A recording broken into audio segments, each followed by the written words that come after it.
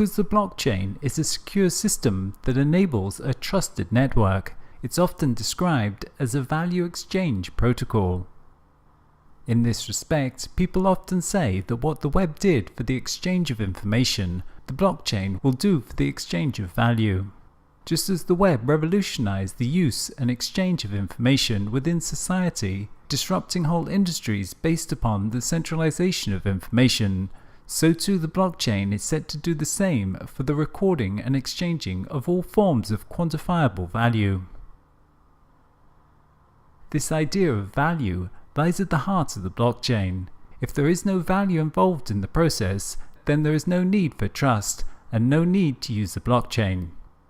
The vision of the Internet of Value is for any quantum of value to be exchanged as quickly and as fluidly as multimedia is today on the web.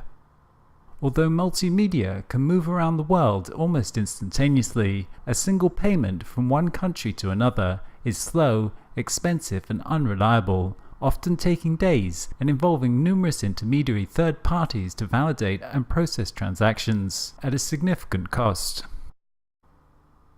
Thus it is no accident that the first widespread use of the blockchain was for currencies, because it is the most immediate and obvious source of quantified value within society. However, to truly understand the revolutionary potential of this technology is to appreciate how value and its exchange influences and regulates almost all aspects of human affairs. As a consequence, the control of how value gets defined, measured and exchanged is a key source of power and control within society and has been since the origins of civilization.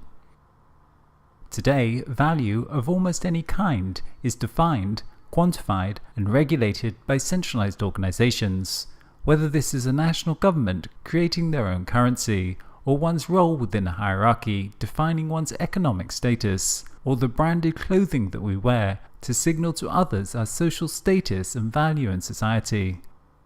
However, the move into the network society shifts the locus of organization from closed institutions to individuals and networks. Blockchain technology is a key element enabling this process. By creating a shared ledger where people can own their own data, it also enables a shift in the locus of value within economy to the individual in networks. In a world of limited connectivity, limited transparency, and limited peer-to-peer trust, it was necessary to have third-party institutions to define, quantify, and authenticate sources of value within society and economy. But in a world of pervasive peer-to-peer connectivity, transparency, and trusted, low-cost, automated networks, value can be defined through a negotiation between peers within distributed networks. The rise of digital currencies are but one such example of this. The surprising thing for a lot of people is that most major currencies like the dollar, yen and euro aren't backed by anything. They're just pieces of metal, paper and entries in a bank account that get their value from everyone simply believing that they have value and accepting them as a medium of exchange. And that's all that's really necessary. Currencies and money work a little bit like languages. They are subject to network effects to give them value. The more people who agree to and understand a language, the more valuable that specific language has as a form of communications. Dollars, renminbi, euros and bitcoins have no intrinsic value. They're all social protocols, and they merely represent a way of supporting the value flows between individuals. In the past, because of low levels of trusted peer connectivity, we required centralized institutions like governments and banks to get these value exchange networks started, to support them, regulate them, and maintain them, and this gave those organizations a lot of power. This is a critical aspect that the internet and the blockchain are changing. The blockchain enables us to create trusted and automated peer networks of exchange, which greatly strengthens the capacities of people to negotiate and define value via direct peer-to-peer exchanges. People can now set up their own currencies with the value of the currency depending simply on what others are willing to pay for it via an automated peer-to-peer network exchange. But the Internet of Value is more than just currencies, because value is of course a much broader concept than just pure economic utility. In talking about the Internet of Value, it's important to recognize that on a societal level, we're moving into a post-industrial services economy. The traditional conception of what society values is being revisited as a new set of societal and environmental factors re-enter the equation. People are less and less content with the traditional concept of GDP as the sole metric for how well they're doing, and more demanding actual quality of life, which of course engenders a broader spectrum of values beyond economic utility. Over the past decades, we've increasingly begun the process of tracking and accounting for different forms of value, whether this is green bonds, social impact bonds, company loyalty schemes, carbon accounting, or a multiplicity of other forms. Put simply, the erosion and loss of social and environmental capital that occurred during the industrial age is generating a recognition and growing awareness to their value. Metrics for how well a society is doing increasingly take account of many more environmental and social parameters in combination with GDP. Along with this recognition to the importance of different forms of value comes also the technical means to quantify and exchange them. Through the process of datafication, information technology lets us measure, track and exchange ever more types of value at ever smaller increments. Likes on Facebook, people's attention, carbon emissions, etc. With the rise of big data and IoT, we'll be quantifying and ascribing value to almost everything, and the blockchain will provide the networked infrastructure for tracking and exchanging all these micro and macro quanta of value. This shift from the narrow form of economic value that dominated in the industrial age to a broader spectrum of values that emerges within a post-industrial society is enabled by the distributed ledger system that supports what we call token economies, wherein we can define a token as a measure of any form of value and then build an economy around that. Token economies and the Internet of Value build upon the current expansion of digital markets brought about by the rise of the platform economy. Over the past decades, with Web 2.0, we've begun the process of expanding markets to more and more spheres of life that were previously organized via centralized coordination.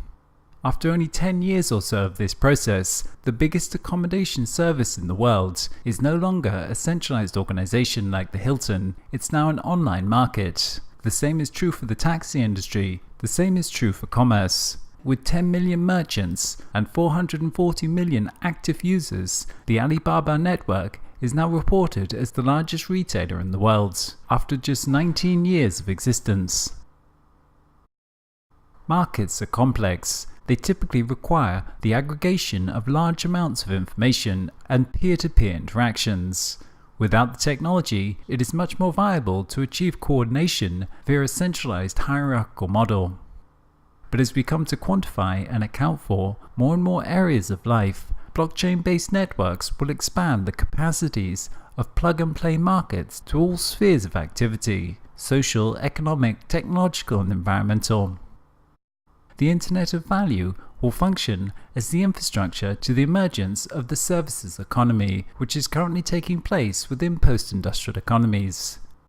The move into a services economy results in the conversion of industrial age products into services, whereas the product-based economic paradigm was about the production and consumption of more products as measured by GDP. A services economy is about value delivered. A service is an exchange of value. You don't get the product, you just get its function and the value that it delivers. As such, all spheres of economy become redefined away from the static conception of units of products towards the more fluid exchange of value. You don't buy a lift to put in your office building, you get it as a service, paying only for the functional value it delivers. In some offices now, they don't even buy the carpets on the floor. The function of the carpet is delivered as a service, and they pay only for the value that's exchanged. The blockchain is a key infrastructure enabling this services economy, as it requires a very fluid, dynamic and automatic tracking and exchange of value. Smart property and smart contracts will form the technological infrastructure powering the services economy, as they operate within large peer networks, automatically allocating resources and processing the financial debits and credits of value exchanges behind the scenes. This huge shift in our economy lets us reconceptualize every industry to really question what is the actual value that it delivers, and then reconstruct it by building token markets around that value, where anyone can participate in the delivery of the service. With Web 2.0 and the platform economy, we extended the capacities of markets so that many more people could participate, as exemplified by Uber, enabling anyone to operate as a driver. However, these markets were centralized around the platform operators, and they were dependent on traditional currency systems and the financial system for processing transactions. In Web 3.0, blockchain applications will function as distributed, automatic, plug-and-play markets, where extremely small increments of value can be exchanged directly peer-to-peer with very high levels of fluidity. When this is coupled with IoT and data analytics, we'll be able to track the real value that things deliver, which will help us to make the much needed move from our product-based economies to an outcomes economy that better reflects the underlying value being created and exchanged.